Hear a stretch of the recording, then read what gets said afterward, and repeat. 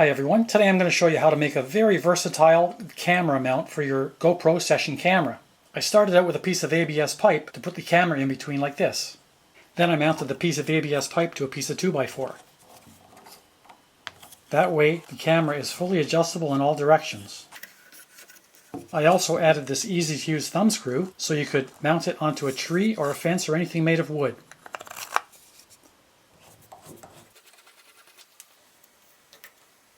I also wanted to be able to mount it to things that were metal, like a car, a bridge, or a guardrail, so I added these neodymium magnets to the bottom. And lastly, I wanted to be able to mount it on a tripod, so I put this threaded piece in the bottom.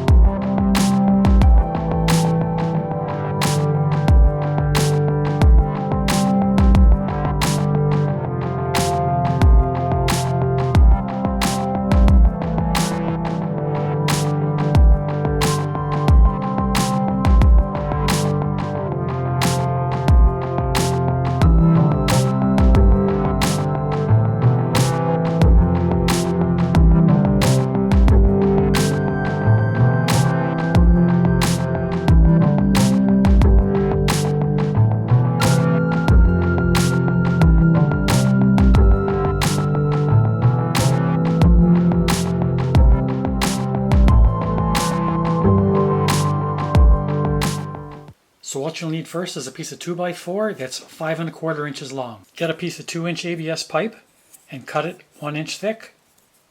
And across here, measuring straight across, not across the top like this, but straight across, measure 1 3/16 of an inch. It's important to get these cuts as straight and as parallel as you can so that it clamps the camera evenly. A radial arm saw, a table saw, or a chop saw work really well.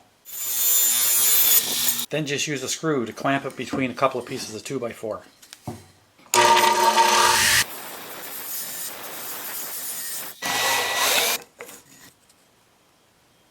Then drill a hole through the center to accept the screw. When you mount your ABS pipe to the 2x4 block, don't use a screw like this. If you do, once you put it in and mount it on the wood, each time you rotate this, the screw will rotate with it and it'll loosen off. What you want to use is a deck screw or a tapered countersunk screw like this, and find a small washer that fits over it and fits on like that. Mount your piece of ABS pipe so that it's flush with the front of the 2x4. For the thumb screw, you'll need a 3/8 inch wing nut and you'll need a 2.5 inch deck screw. Get yourself a piece of scrap wood, put a piece of masking tape on top, and take the deck screw and screw it right in until it goes below the surface of the wing nut.